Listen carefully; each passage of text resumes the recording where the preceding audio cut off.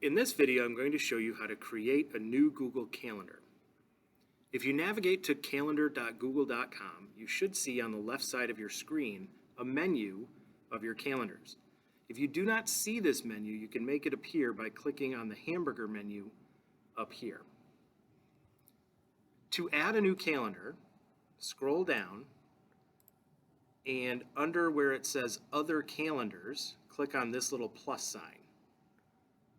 You have a few options. You can subscribe to somebody else's calendar, create a new calendar, browse calendars of interest, import from URL, or import. We're going to show you how to create a new calendar. So click on Create New Calendar. You have a few options. Give the calendar a name.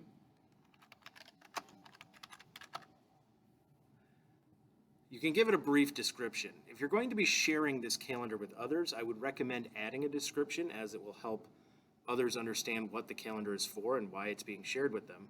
If this is a calendar you're going to use from yourself, you can probably get away without much of a description and just give it a more descriptive name.